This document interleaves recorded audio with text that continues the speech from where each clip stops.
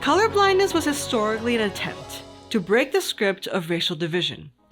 But what it yielded was instead polite tolerance, lack of depth in knowing of the other, and the inability to see, name, and address the things that affect brothers and sisters in our communities. Because if you can't see your neighbor, you can't know your neighbor. And if you don't know your neighbor, you can't love your neighbor. Colorblindness, though well-intentioned, is inhospitable. Colorblindness assumes we are similar enough and that we all only have good intentions so we can avoid our differences. Given the ethnic tensions exposed by the 2016 election and afterwards, we're seeing instead that our stories are different, and those differences cannot be avoided. Racially charged, ethnically divisive comments and news flood our social media and screens. Good intentions alone are ineffective medicine for such scars. The idea that we have transcended ethnic difference has been exposed as a mirage. We don't live in a world that is in need of colorblind diversity because diversity that rests on colorblindness alone seems to lead to chaos.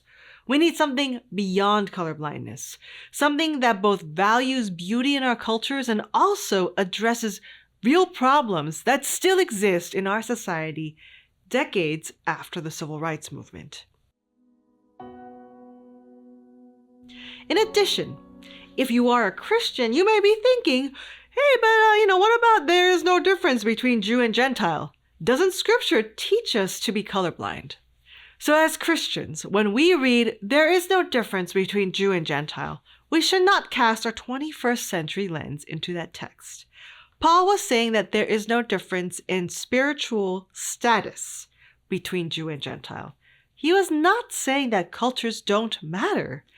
Paul tries to honor and intentionally embody the gospel to both Jews and Greeks. He uses Greek poetry and literature to reason with the Greeks at Areopagus. He circumcises Timothy to respect the culture of Timothy's Jewish mother, as opposed to Titus, whom he refuses to circumcise because Titus is a Greek and he doesn't need to become Jewish to earn his salvation. Paul observes purity customs to communicate his respect of Jewish ways. If we want to communicate the gospel in a compelling way to neighbors who are increasingly becoming more diverse, we need an alternative to colorblindness. Or else what we will do is basically just share the gospel with people who look like us, or fail to share the gospel effectively with people who are different from us. The church needs relevant witness to real problems, not silence or avoidance because we don't know what to say or think that it doesn't have anything to do with faith. It has everything to do with following Jesus. We can't make disciples of every nation if we don't know how to speak in the language of their heart.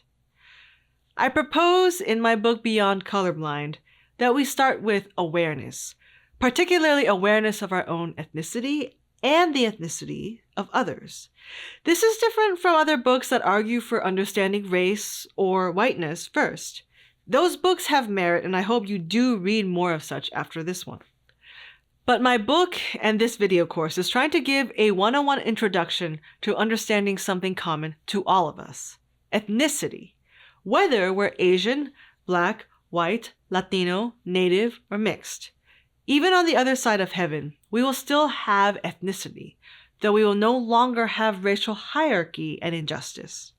A good relationship or marriage thrives when one grows in self-awareness. This self-awareness affects expectations and communication, two critical ingredients in relationships. And this awareness is gained through awareness of the other, how someone is different from us. If we want to live as a body in a diverse and hurting world and offer kingdom good news in word and deed, we have to grow in awareness of ourselves and others. We do this by acknowledging that each of us have an ethnicity, an ethnic heritage of common ancestry, tribe, nationality, and background, often with shared customs, language, culture, values, traditions, and history. Race, on the other hand, is the classification of people according to their supposed physical traits and ancestry, with real consequences for access to power, resources, and opportunities. Ethnicity is experienced both culturally and racially.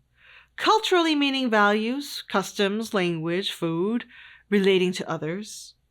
Racially meaning status and access relative to others in a certain time and place. For example, someone could be ethnically Han Chinese and grow up in the majority in China, or perhaps as a minority in a town in America.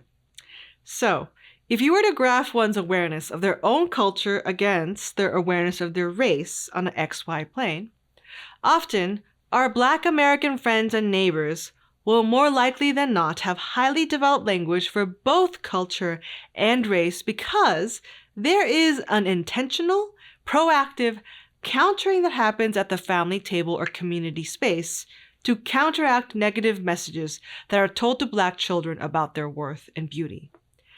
Black is beautiful, or how to handle an encounter with law enforcement.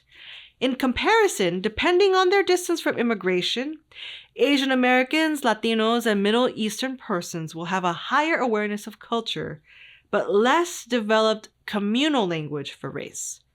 Insert in then white European descended folks, and they often think of themselves as not having a culture and don't really learn about race until later on in life, and end up with a double deficit. This is why this conversation is hard. You have veteran swimmers with people who are just learning to doggy paddle. We are all over the map, and we don't even have common language or shared experiences. I often get asked by many parents, how do I teach my young children about race? It's important to start as young as possible, even exposing the smallest kids to diversity and representation in books and images. If you only talk about ethnicity when racial and ethnic problems come up, then what you communicate to your children, youth, and community is that ethnicity is a problem, or you teach condescension to help others, those people over there. Though we want to love others as ourselves, how can you love that which you do not know? No wonder why we don't know how to talk about it in a room.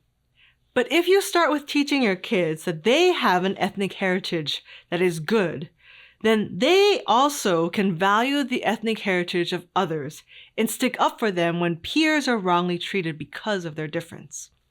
Basically, you can teach empathy across a common connection, or you can teach them to try to adopt a cause that's outside of them.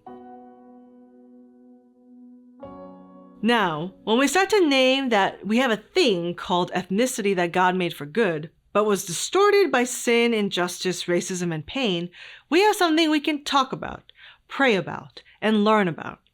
The first half of my book, Beyond Colorblind, uses a 4-part gospel summary to discuss how our ethnicities were created for good, how we're damaged by sin, how Jesus brings healing through his cross and resurrection, and how we are then called to share that healing with others.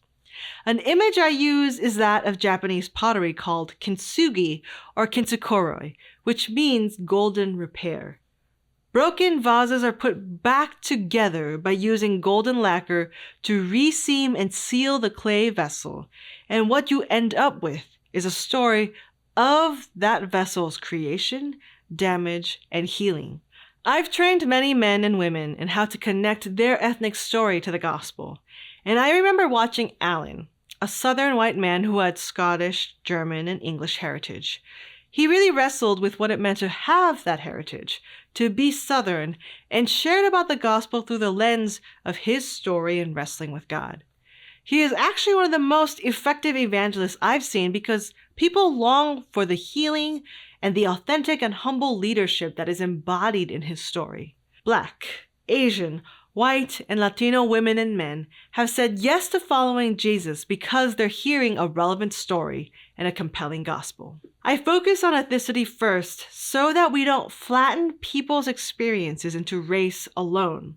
A Korean American and a Japanese American may have some cultural similarities, but they were considered enemies long before stepping foot on American soil. Their racial experiences might have similarities, but they also have distinct differences. Likewise, someone who is a Black American descended from Southern slavery is going to have a very different cultural experience than someone who is a second-generation Nigerian American. though both will have many similar racial challenges of being Black in the States. A Puerto Rican and a Mexican American are going to have some similarities in racial and cultural experiences, but they are also very different.